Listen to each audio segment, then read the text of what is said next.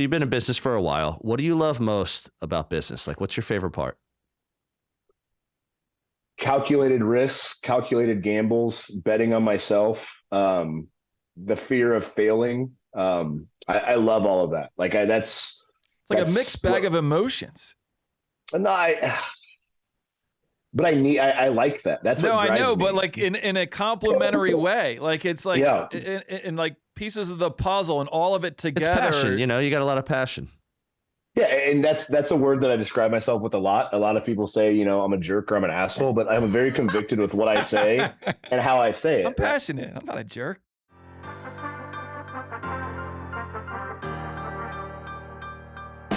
Welcome to the podcast dedicated to real estate, insurance, and everything in between. Join us as we take you along our own brokerage building journeys with additional wisdom from our network of business experts. Welcome to Bricks and Risk. Hey everyone, welcome to another episode of Bricks and Risk. I'm Tim Garrity. And I'm Sean Mooney. And Sean, we got one of your boys on today. Great guest. We have Cory Schnabel from Kansas City, Kansas. Cory, how you doing today, man? Hey, I got to throw a curveball already. Overland Park, Kansas, please, KCK. Sorry.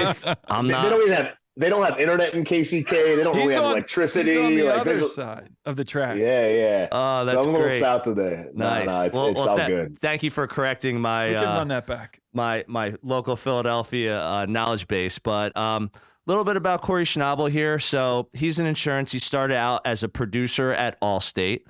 Also, he transitioned into being an Allstate agent / owner, ran that business for about 4 years and sold it. Then he started his own independent agency called the KC Insurance Group, did that for about 6 years and successfully sold that as well. And then now Cory is with the Plexus Group. He's a VP and the client growth leader focused on business development. Did I get all that right, man? Yeah. No, all these titles. Awesome. You nailed it. Yeah, you nailed it. Good stuff. So, all right. So I'm going to hit you with something quick because I have a background in this too. So I see you have a background in hospitality. You were a bartender. Yeah. And, I personally believe that hospitality transitions and corresponds very well into business and sales and relationship building. So what kind of advantages did you take from hospitality and into insurance to do what you've accomplished? Yeah, it's so interesting.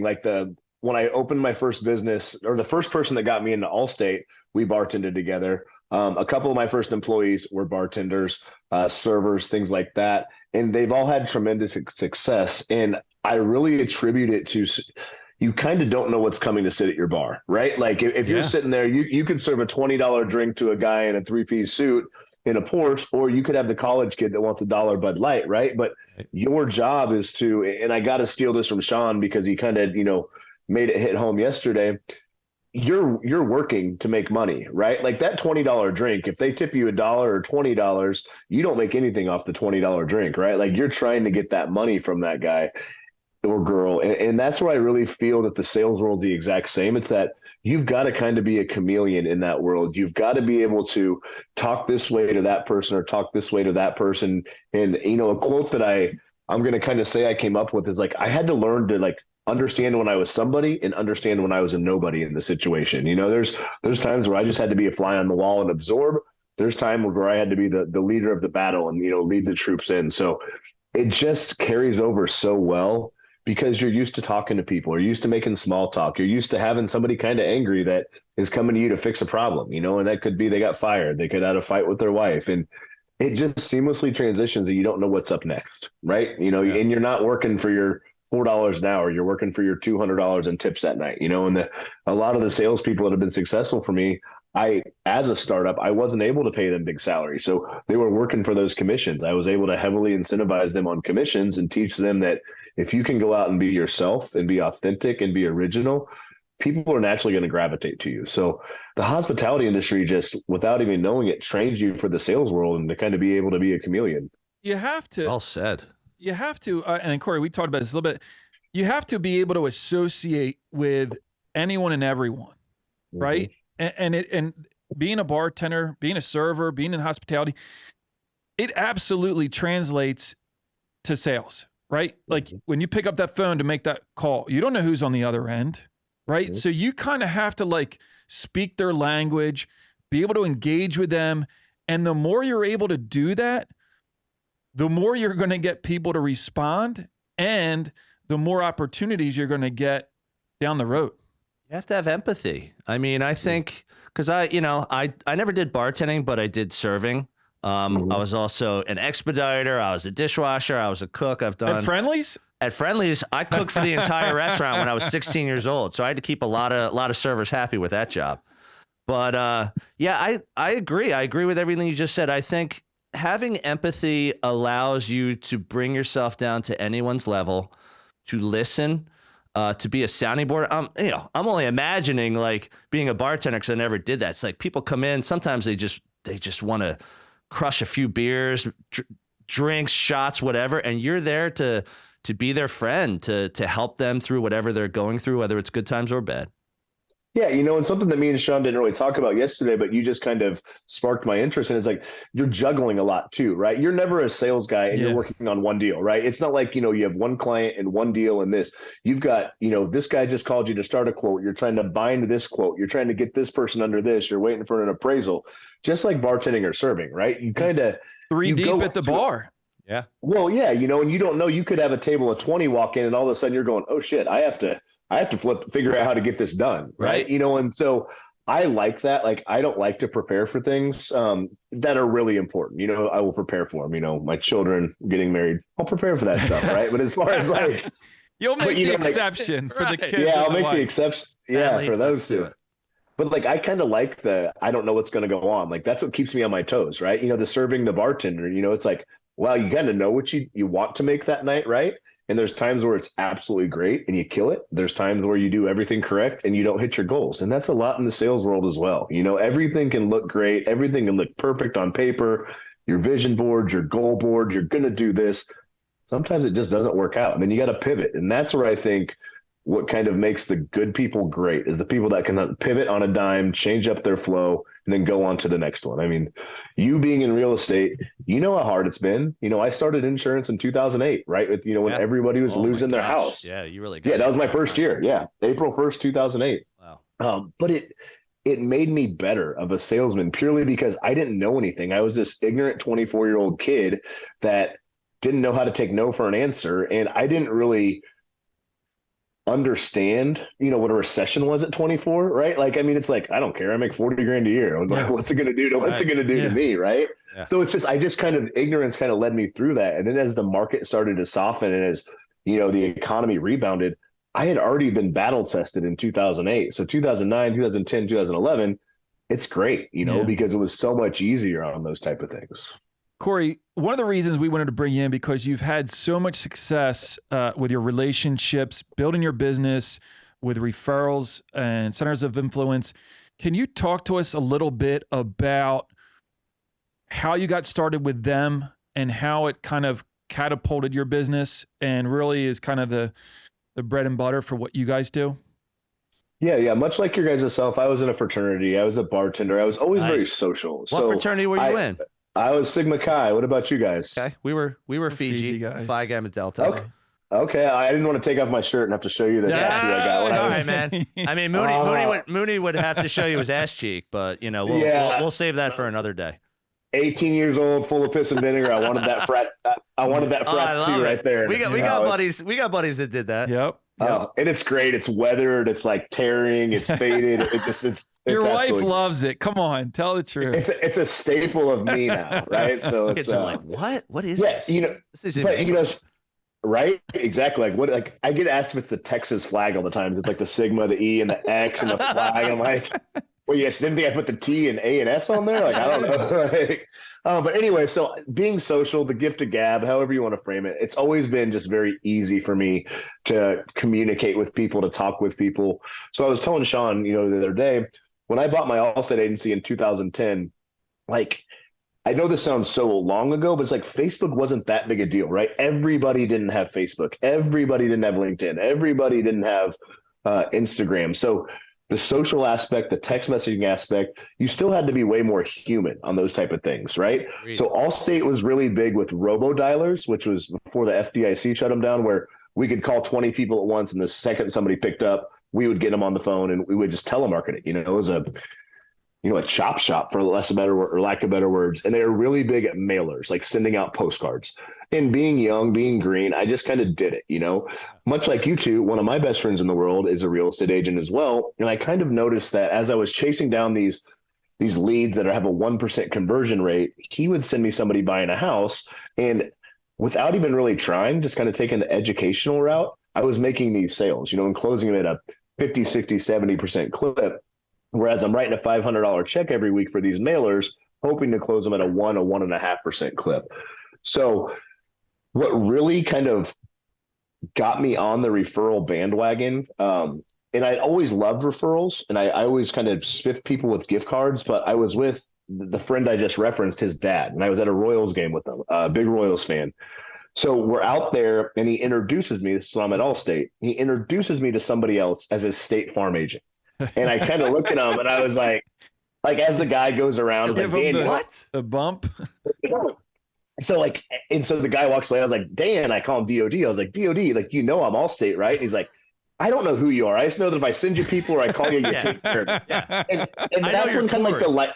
Yeah. And that's when the light bulb went off. It's like, man, people don't care about Allstate. People don't care about Travelers. People don't care about any of that. Like, Dan wants to refer Cory, because he knows that I'm going to answer the email. I'm going to answer the phone. I'm going to be honest with these people, which, Sean and I talked about that as well. It's like the bar is very low in our industry, which I probably shouldn't announce, but just calling somebody back, emailing somebody back, doing what you're supposed to do to take care of these people is light years above our competition, and working with that industry, that it might be 5 o'clock on a Saturday and you have to do something, right? Or it might be, 6:30 at Tuesday and you got to do something. But if you're going out of your way to take care of them and just letting them know that you're going to put their clients in the best physical spot to be in, that's all I really kind of wanted to relay to these people. And that's all I could really relay, right? Because I didn't have the budget to spiff their events, right? Or take them to a $5,000 club seat event. Like, I didn't have that. All I could kind of was raw and authentically and unapologetically be myself.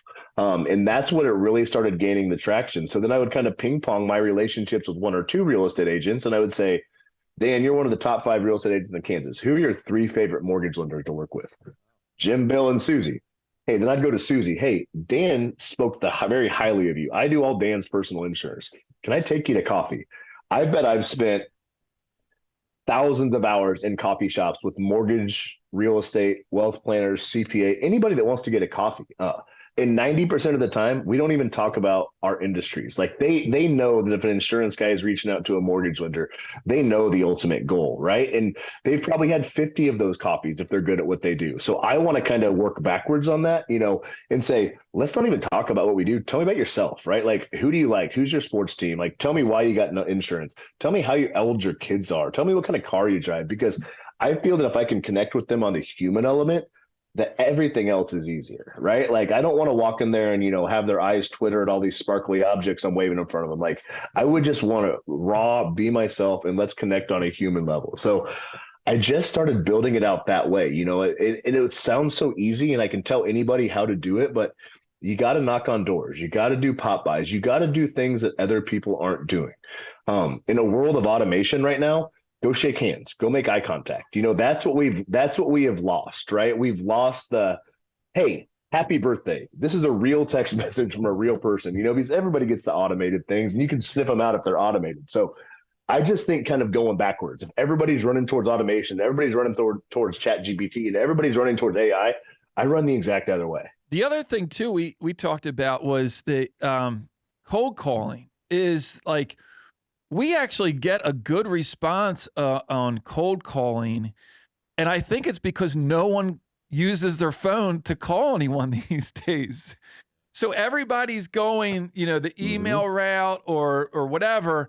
And it's like, we've been able to hit on quite a bit of cold calls, because I think that people are like, oh, let me see who this is. Right. Well, cold texting has kind of taken the place of cold calling. And then also it's like, everything you were saying there, I completely agree with. It's know, like, and trust. People. Hey, I know Bill. Bill knows Susie. Like, introduce us, and then see if you and Susie like each other. Like, and if you like each other, then you're gonna build that trust. And hold on, I got it. Absolutely, I'm on the phone. Yeah, you can have one piece of candy. That's it. I love it.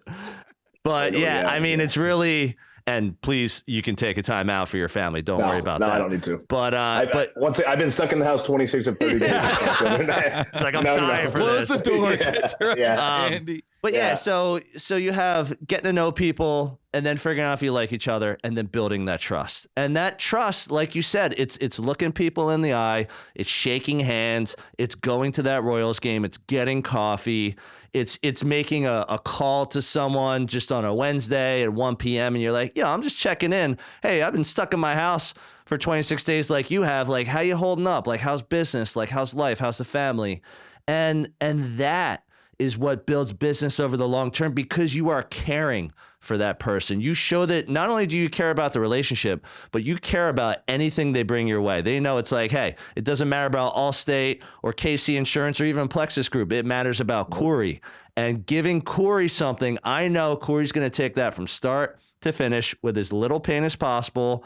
He's going to listen to people. He's going to give them a good deal. And then they're going to want to tell their friends what a great guy Cory is for insurance. And that's really what I just heard there. So I think that's fantastic. Well, and I think we can sum it up in 2 words. Like, I like to be intentional with what I'm doing. If I'm going to, like, I wouldn't say there's an angle, but I want to be intentional. If there's a Tuesday 1 p.m. text message, somebody, like, I want them to know I'm taking time out of my day to write you this message. Right. And that's kind of what I want to be. And early, I kind of wanted to be everything to everybody, which I think is just human nature. You're new, you're young, you're kind of full of that pizzazz. But the older I get and more tenured I get, it's probably better verbiage.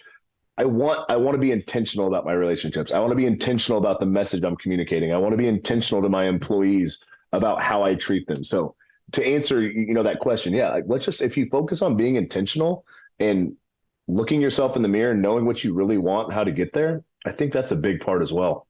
Yeah, Cory, it's easy for us to want to get out there and build our centers of influence. Did you struggle, or did you find it difficult to get your team to kind of buy into that same kind of mindset, is to like, hey, if we're going to grow, we're going to need to get out there. All right, now get to it. Like, what was, when you were early on trying to build this, what were your team responses in doing that? I think that's a great question. And I think it goes back to just being crystal clear on the front end. When I was at Allstate and I was hiring people, I think I oversold how cool the job could be. Like, it's insurance, it's boring, right? Like, it's not going to be really cool, but it's like, hey, come do this, come do that. This is great. We'll do all this. So like, you're kind of already starting them off on cloud 9, right? Because like, this is so great. I own this business. I'm going to get the best employees. So then when things get hard, I think it's initially they're like, wait, this isn't really what we talked about. So when I started KC Insurance Group, I almost like tried to talk people out of working for me. I'm like, this is going to be hard. You're going to hate this sometimes. It's insurance. If you do what I tell you to do, I promise you'll be successful. And the way I kind of relate that is like the gym, right? If you want to lose 30 pounds and you go to a personal trainer, they're going to tell you literally everything to do. Eat this, do this, get this much sleep.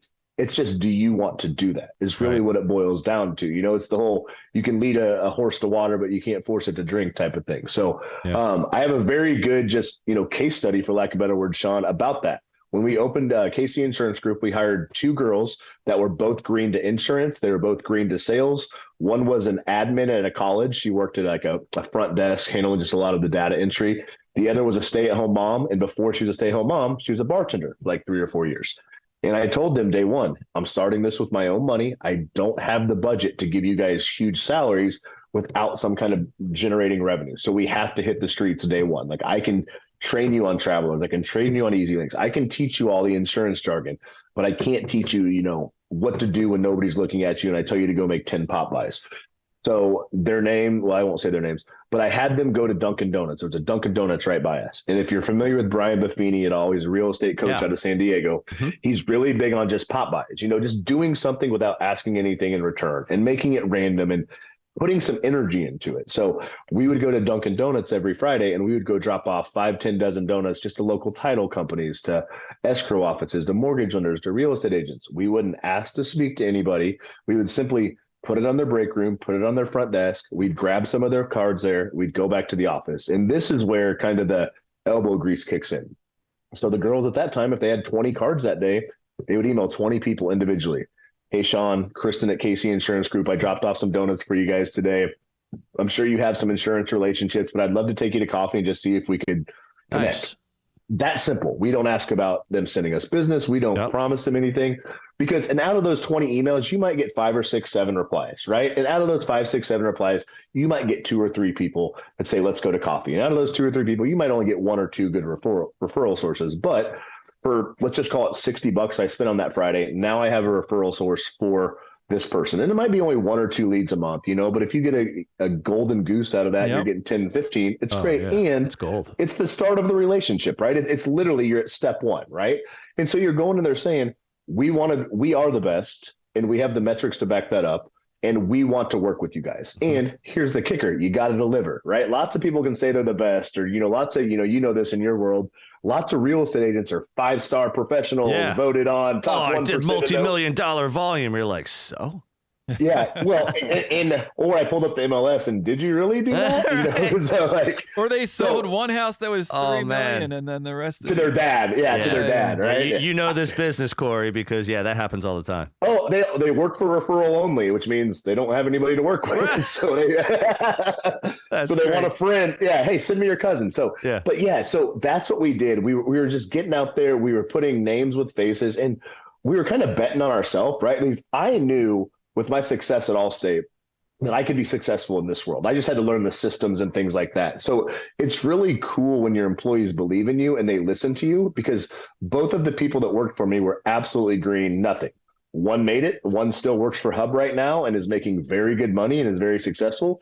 The other one didn't. And the cool thing was, the one that was successful, she did what I told her to do, right? So it's a little self-fulfilling of me saying that, but it's like, man, like if you're a coach, right? And you're like, man, I coach a lot of these kids and they go to D1. Like, I don't want to say like I'm great at teaching, but at the same time, it's like, hey, there's been some really successful people that have kind of came out from under. Yep. Yeah. So, and it just kind of reinforces my values of, human connection. That's all that matters, because just law of averages, 1 out of 4 people aren't going to like you from the reason you look, the way you talk, something about it, your bravado. Yeah. So it's like, you don't need to be everything to everyone. You just need to go get those special people that really click with you guys, and that's when you get successful. So we started that in 16. I think 16 we had like 800 referrals that year, which I was smitten with. The next year we were over 1,000, and then we started getting about 12 to 1,500 referrals a year as a little 4-agent shop.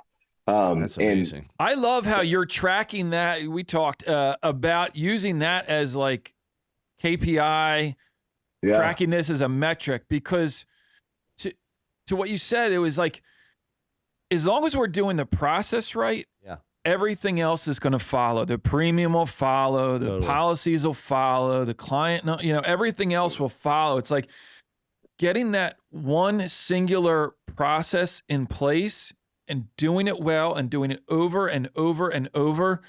And at the end of the year, you've got that awesome number, to look at. Yeah. Well, you know what? Do you guys have an ability for me to share my screen just so I can throw something real little? I'll show you guys something real quick. Dylan, can you have and that? It's not a big deal.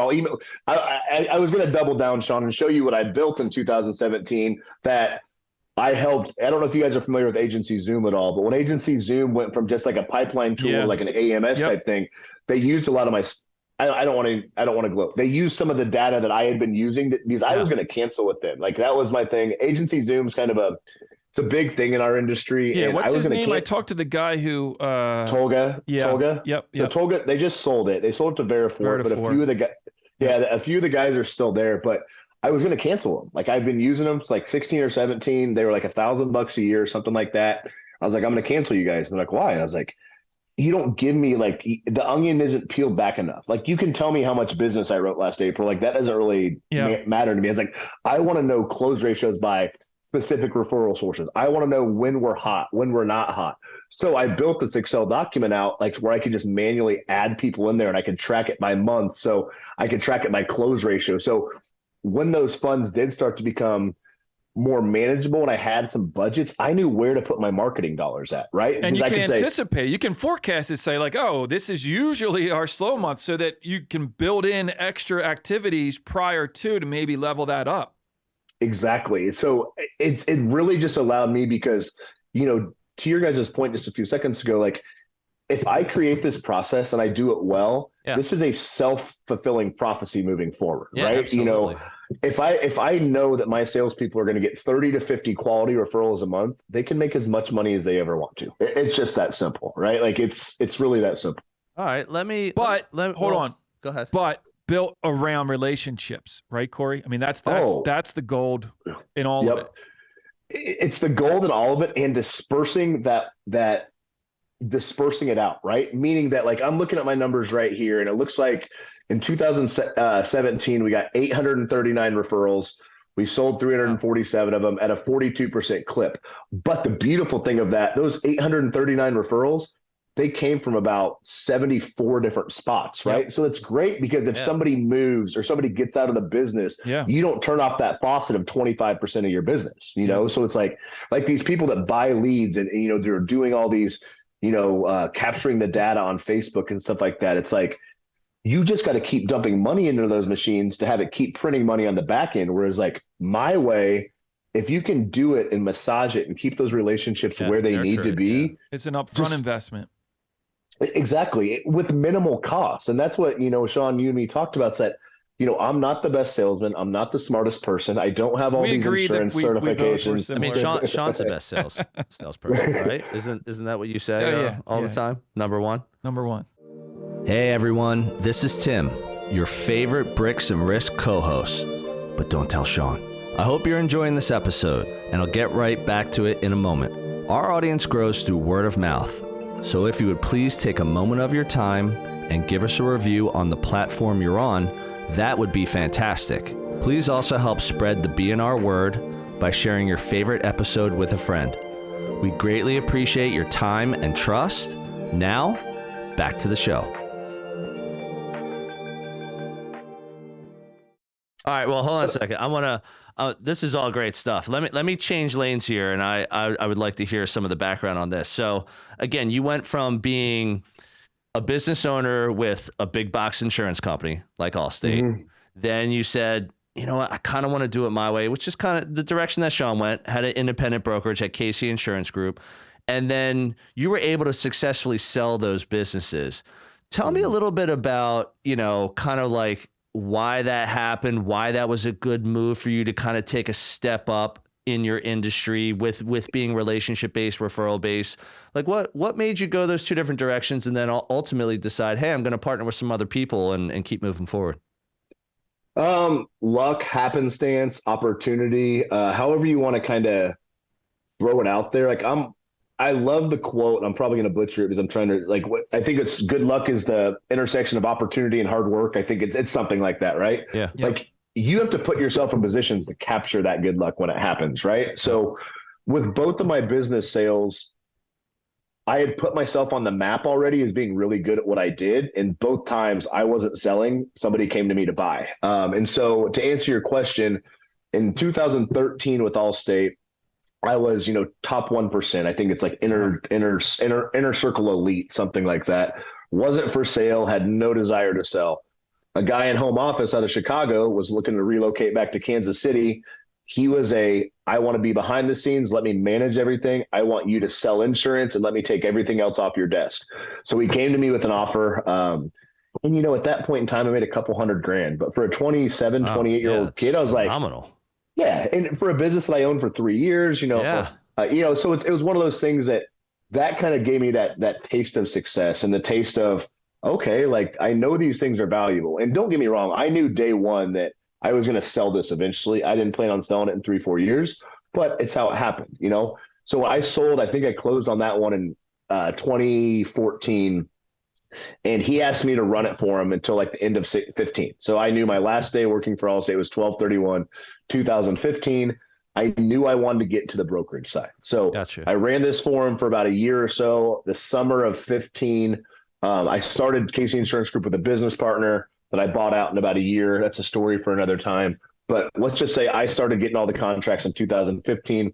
I opened the doors 2016, and I thought I made the worst decision of my life right out the bat. Wow. Because, well, and here's why. Like I was like, I'm overly confident, and if I think I can do something, I can do it. And like I said earlier, like I'm okay with jumping in feet first and then figuring out how to swim, right? Sure. And that's what I did here, because while I knew how to sell insurance and I knew how to do all that type of stuff, I didn't know the different nuances between Travelers and Safeco and Nationwide and Chubb. And I didn't know the agency management system. And I didn't know all the downloads. I didn't know the commission. So it's like what I thought was most important about transitioning from captive to a broker of knowing insurance turned out to be the least important thing. So for the first 3 to 4 months, I'm sitting there just every day, like trying to just climb out of, okay, I got to understand this. I got to learn that. I got to know how this goes. I got to do real deal payroll now. Like, so it obviously wasn't the worst decision of my life, but I'm not joking. There was about 90 days going into that where I was like, dude, I just walked away from, at the time, 110 grand a year. I was making so much money at 26, 27 years old. I was like,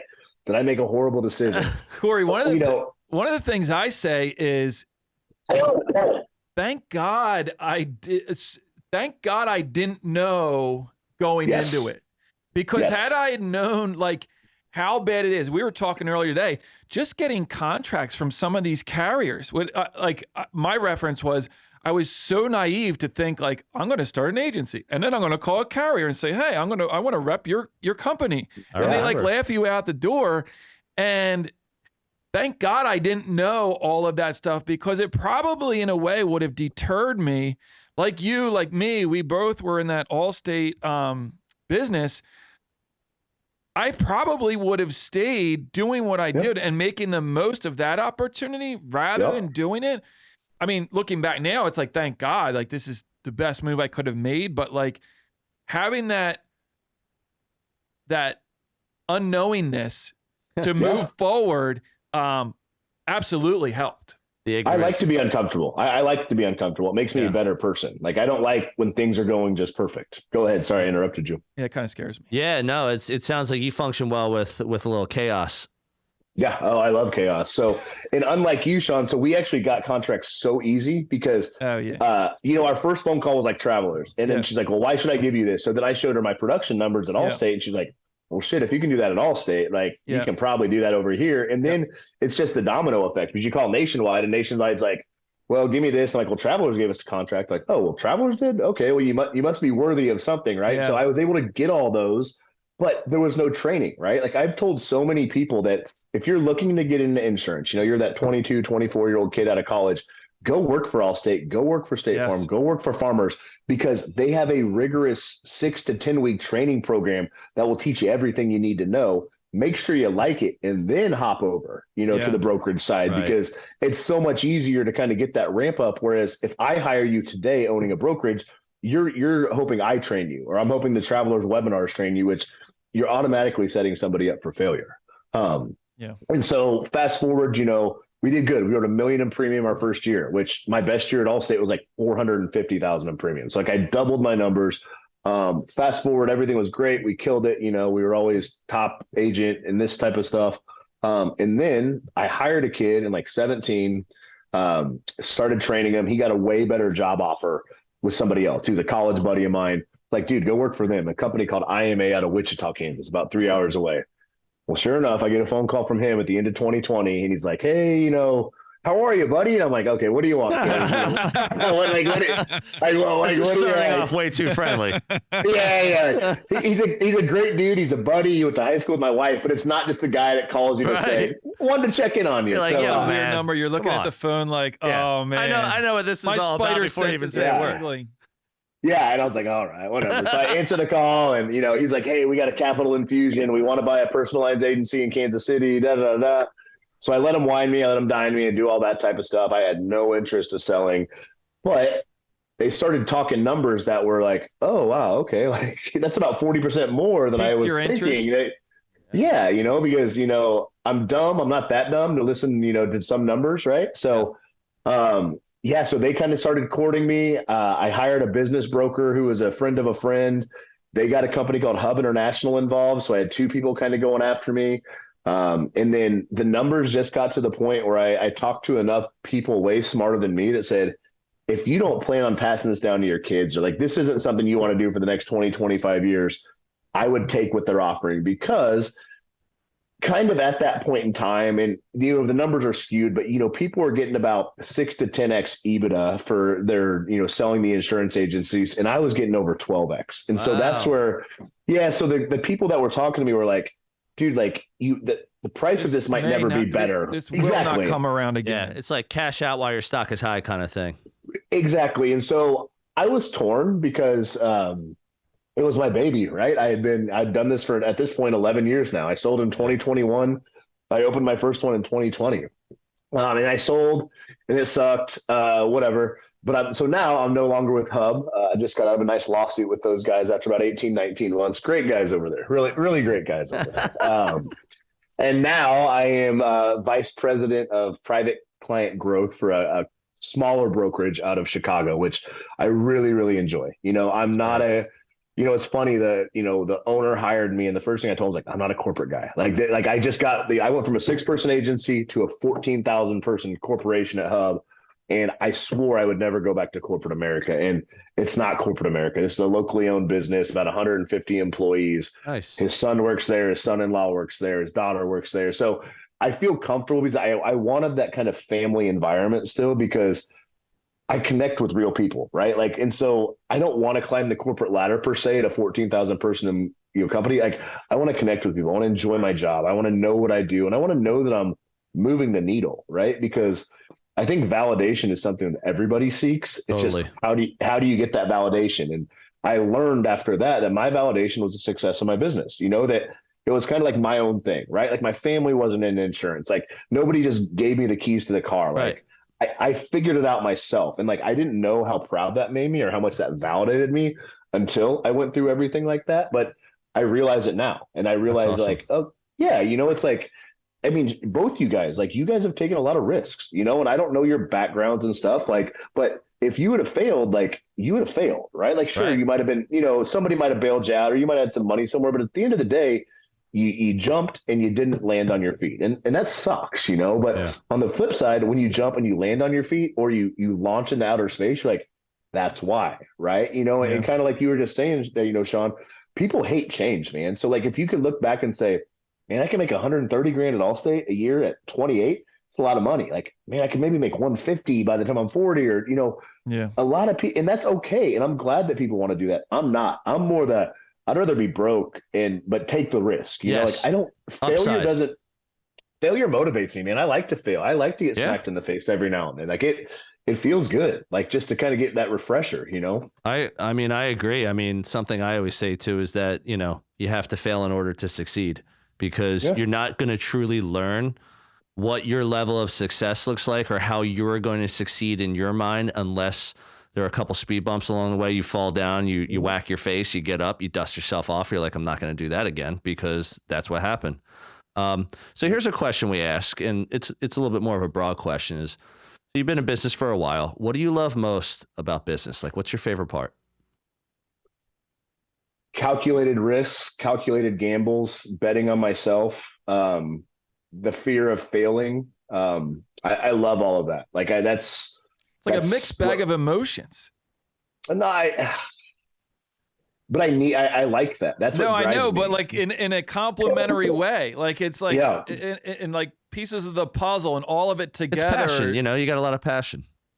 Yeah, and that's a word that I describe myself with a lot. A lot of people say, I'm a jerk or I'm an asshole, but I'm very convicted with what I say and how I say it. I'm passionate. Right? So I'm not a jerk. Yeah, but to your point, you just said, I lost my train of thought. What makes, like, I like that you can mold your business, right? I like that it's on my back, right? I like that if we take this thing to the moon, like, that's me, right? That's cool. Yeah. Like I'm happy for that. And guess what? If we have a down revenue year because I slacked off, I like that as well. Yeah, the highs are high and the lows are low. Peaks and valleys are how you grow, how you scale, like learning from your mistakes.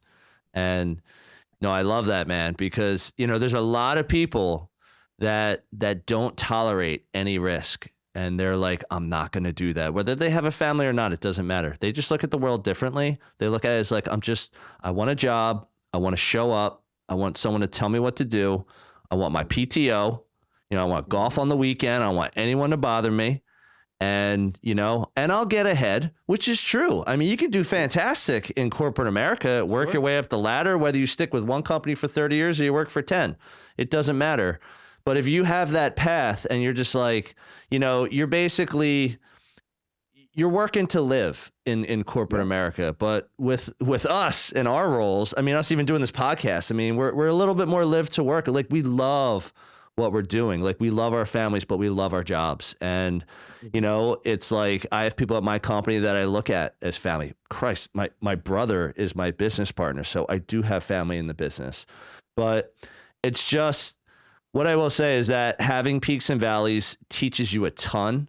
And the more you learn, again, in real estate, the last 2023 was a rough year because 20 and 21 and 2022 it was like a rocket ship. It was insane. Like, when quarantine happened, everyone's like, oh my gosh, the world's going to end. And like 3 months later, everyone was like, I want to sell what I have. I want to move here. So it was like every one client it doubled in Cory, volume. from your timing perspective, I didn't even think of this, but if your business was so like on the hip of like real estate and like where your leads were coming from, in terms of like selling your agency prior to like all of this unfolding for 2023, I didn't even get into that with you, but like, talk about that just real quick about like getting that 12X and stock is high and getting out before this whole thing went down. Yeah. So, and that's honestly with the COVID year, like, it kind of, I don't think the word scared me, but it definitely let me know that there's things that can happen in this world that nobody can control as they happen, and the outcome, so the bird in hand versus two in the bush type of thing, where it's like, man, I can take this money, it can, do a lot of good things for me and my family, and I'll kind of figure it out. And I'll be completely honest, when I sold the hub, even though it ended the way it did, it was the happiest day of my life, right? Yeah. Like, I had taken something that I started, with my own money, and I sold it for a couple $1,000,000, and that money hit my bank account. I just remember like that day being like, wow, like life's on cruise control, right? And then it wasn't on cruise control, and it, flipped me back 5 steps, but that's fine. Like, I'm good. Like, I got punched in the mouth. It stings. I'm right back up here, And so to answer your question, it's just, I can't say I was fortuitous looking down the road, knowing what was going to happen. But now that I look at it, it's like, holy cow, man. Like, just, and me and Sean's were like, Nationwide just cut commissions, for renewals, which, okay, does it matter? It's 1%. Well, if you've got $100,000 revenue all of a sudden, and it's a 10% slice now, the value of your book just went down. Mixed in with interest rates, not having free money like it was back in 2020, to your point too, when you were selling your house back there, I have a bunch of neighbors that said, I bought this thing for $550. I can sell it for $850. I'll just take the cash. Rates are 2%. So I'll hop back in when I need to, and so now that's not the case, with interest rates being up, the contracts, you can't get contracts right now with commissions being slashed. So it was just by happenstance that I got out then. But also I'll tell you, if I could rewind, I would never have sold knowing what was down the pipeline, and knowing how much I really cared about that business. And just, it's just cool. And both you guys know this. So like, it's cool when you write yourself your own paycheck every Friday, right? Like, knowing that you did that. Like, sure, you got help from others. We all had help from others, but knowing that, hey, I'm feeding my kids, I'm doing this Christmas. This isn't contingent on my corporate America job, just checking every single box to know that I'm successful. It's like, I really feel like I'm doing something positive. Yeah, that's fantastic, man. Appreciate you sharing all that. And the last one I'll leave you with is, we always ask our guests, what's your go-to quote? And yours was interesting, and I'd love you to kind of like share on it. Yours was, life isn't fair. And I got to say, there's a whole lot. My favorite. That. That's my favorite one. I'd love to hear why you put that as your quote.